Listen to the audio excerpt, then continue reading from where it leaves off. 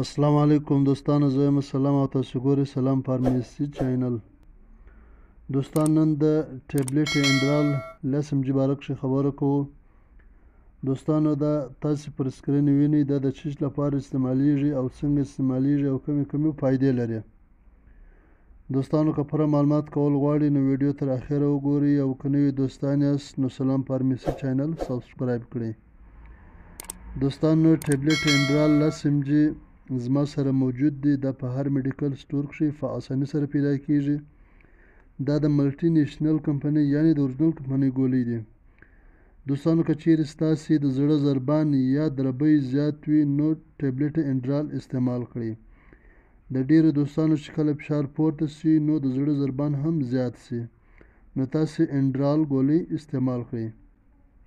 دوستانو، دا یو ګولۍ سهار یوه مخصن له خوراک وروسته انشاءالله دوستانو، که مو د زړه ضربان زیات وي یا لوړ فشار ولرئ نو ټیبلیټ انډرال استعمال کړئ. انشاءالله د زړه ضربان او لوړ فشار به مو دواړه برابر سي.